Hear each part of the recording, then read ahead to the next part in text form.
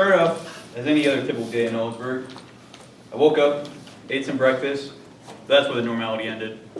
It was fairly hot. It was fairly hot that day, with temperatures reaching up to 90 degrees. I didn't care about the temperature. It could have been 130 degrees out, for all I could care. I was too excited. You see, today was the day I was going to go autocrossing. My journey began about 3 months earlier, when out of boredom one day, I looked up racing in Ellensburg. I scrolled down the search page to find a site called Sand and Sage Car Club.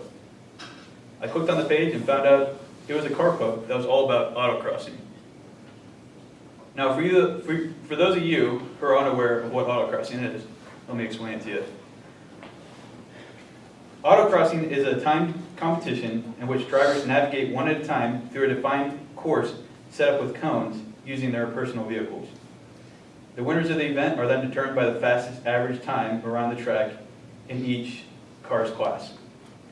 The goal of the event is not only to be the best time around, but also to improve your driving ability. Coming back to my story, after I discovered what autocrossing was, I signed up immediately. I had previously attended an advanced driving course at Dirtfish Rally School, so I was extremely excited to test my own skills, but also to put my car to the test. For the next few months, I practiced my skills the only safe and legal way, playing Forza on Xbox. Not only that, but I made a few upgrades on my car that included a short throw shifter, coil suspension, new tires, and a new steering wheel. With these improvements, I felt I would be unstoppable at the race. The night before the event, I stayed at one of my best friend's place. Now, my friend Matt had agreed to let me stay at his house on one condition. He wanted to ride along during the race. I had no problem with this. I even told him if he could sign up for the race and take my car around the track, he could go for it. It seemed to take forever at the time, but then the day finally came, July 18th. Matt and I stripped everything out of the car that we didn't need, including the rear seats and spare tire, and headed down to the airport where the event was being held. Matt was able to sign up to be a driver, and we discovered that each of us could ride in the car while the other one was driving.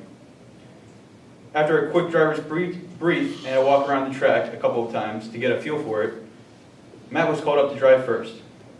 The competition was stiff. There were Nissan GTRs, Corvette Z06s, even some cars specifically designed for autocrossing. So Matt and I were nervous, to say the least.